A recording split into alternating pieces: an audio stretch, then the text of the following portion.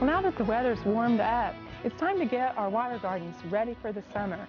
And you'll notice we've moved our tropical plants back out into the garden. We've got our umbrella plant and also our dwarf papyrus out here. And this is the time of year when you usually think about cleaning the pond out. Well, usually water gardens don't need cleaned except for maybe once a year, sometimes once every 2 years, depending on how much debris lands in your pond. So if you gave it a good cleaning last fall and kept all the leaves out, you probably don't need to clean. But if you do need to clean your pond, now is a good time to do it. And what you need to do is, if you have fish, get a container full of pond water and then move your fish into that container, drain your pond down to half level, and scoop out the bottom and clean that pond out. But if you don't have a lot of debris in the bottom, but you just have algae like this growing on the side, don't worry about that. This algae is actually beneficial to the pond. It's part of the ecosystem, and you'll notice it makes it look more natural. Instead of seeing a black pond liner, we have this nice algae growing on the side. Now, this is a really good example that I want to show you here about an algae bloom in the spring. Now, an algae bloom, which is basically that murky green water that you see, is caused by an imbalance of nitrogen. There's too much nitrogen in the water.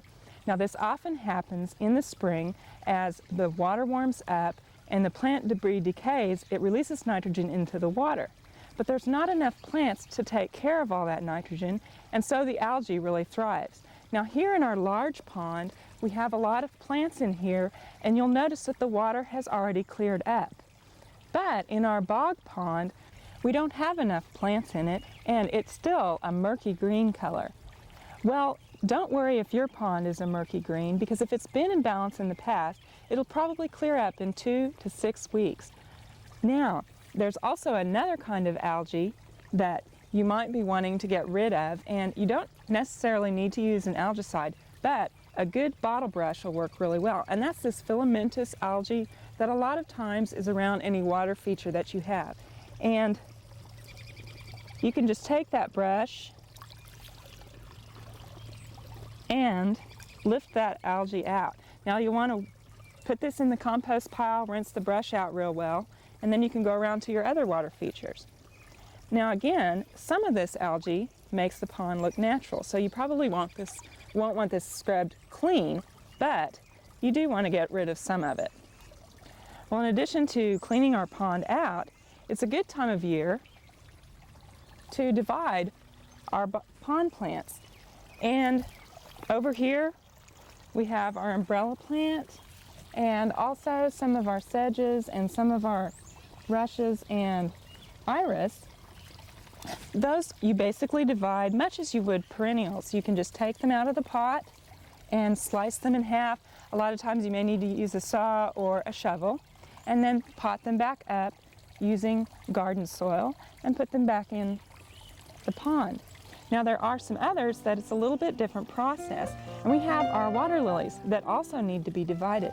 Now these water plants need divided every 2 to 3 years depending on their growth rate. So let's go ahead and take a look at these lilies and see how to divide them.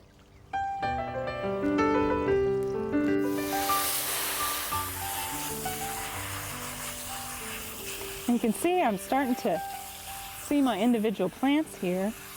And this actually can take quite a bit of time to get them all washed off, but it's worth it because now I can tell I've got individual plants. And hardy water lilies spread by rhizomes, and here you can see a nice rhizome here, and I've got one here that's pretty well loose, and I've got a rhizome, and then here's my crown and leaves. So let's pot this one up. Now, water lilies like a container that's low and wide because I need some room to spread out. And when you pot these up, you're going to want to use regular garden soil and not a commercial potting mix. And here's the reason why. In a commercial potting mix, it's usually made up of peat moss, perlite, vermiculite, and things like that. And when you put these things in the water, you'll notice they just float right on top. Now, when I put actual garden soil in the water, it may make the water murky for a while, but it sinks right to the bottom. Now, if you were to pot your lily up in this potting soil mix, what you'd end up with would be a big mess on the top of your pond. So you should use regular garden soil, and actually water lilies like a very heavy soil. Clay is not a bad word here. They like heavy soil. Now I'm going to fill my pot up about 3/4 of the way, and then I'll place my water lily in. Now as you're filling, kind of tamp the soil down.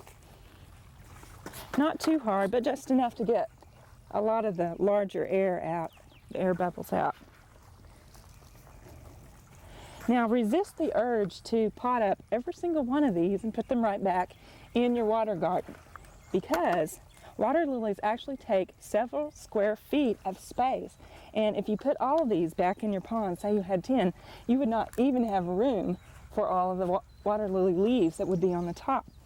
So just plant 1 or 2 back in your garden, give the rest away to friends, or I know it hurts, but you might want to just compost the rest. Now I'll take my lily and my rhizome here, and I'm not going to want to put this straight up and down, but kind of at a 45-degree angle here, and make a small depression here. Set that in there, spread the roots out, and then fill in around that. Now also, as I'm doing this, I'm going to want to put a fertilizer tablet down in the soil. Now I want to put it about 3 inches away from the crown. Just place it in there, and then continue to fill in with soil. Now that's going to fertilize our water lily, and those tablets are available at any place that sells water gardening supplies. Lilies are actually very voracious feeders, and you need to put another tab in about once a month during the growing season. Now you won't have to take it out of the pot. You can just poke that down in there with your finger. Well, now as I've just about got this full, you want your soil level to be just at the top of that rhizome. I don't want to cover up these leaf stems here, but I do want the rhizome covered. So I've got my soil in. Now on the very top of that, I'm going to want to cover that up with some rocks. Now you could use river rock, or you can use pea gravel or anything like that. It's just to keep the soil in the pot. Now after I've done this, I'll want to water this in with some pond water and get the rest of the air bubbles out, and then slowly lower this back into the water garden. Well, this was a hardy water lily, and there's another lily, the tropical water lilies, that have a little bit different method of multiplying, and let's go look at how to pot up one of those.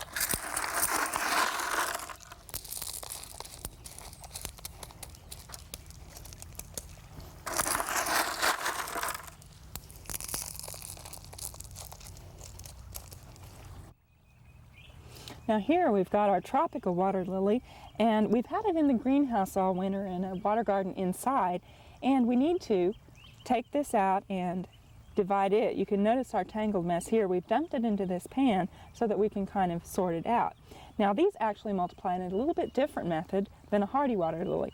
Tropical water lilies have tubers instead of rhizomes, and here you can see the tubers. It looks a lot like potatoes here. Now I'm just going to go ahead and rinse this off a little bit more, and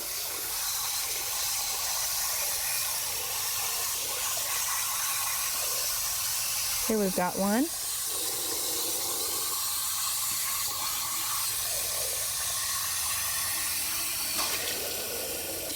I think is ready to go. Now you can kind of see the tuber a little bit better, and you can see all the roots here in our leaves.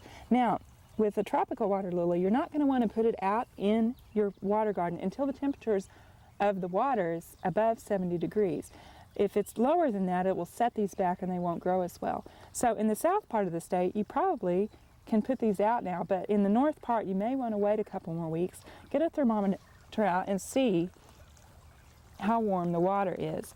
Now again, we're going to put these in a low basket and use our clay garden soil here, and you'll notice they have all these nice roots here And how are we going to get those in without bunching them all up?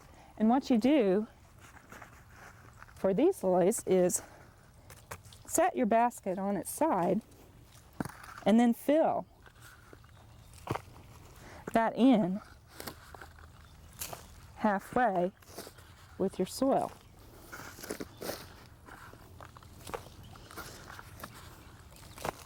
Now as you kind of pack that there, and we'll put a little bit more in, make a ledge. Now what we can do is lay our lily here and spread the roots out with just the crown of the plant up above the soil line. And then fill in around it.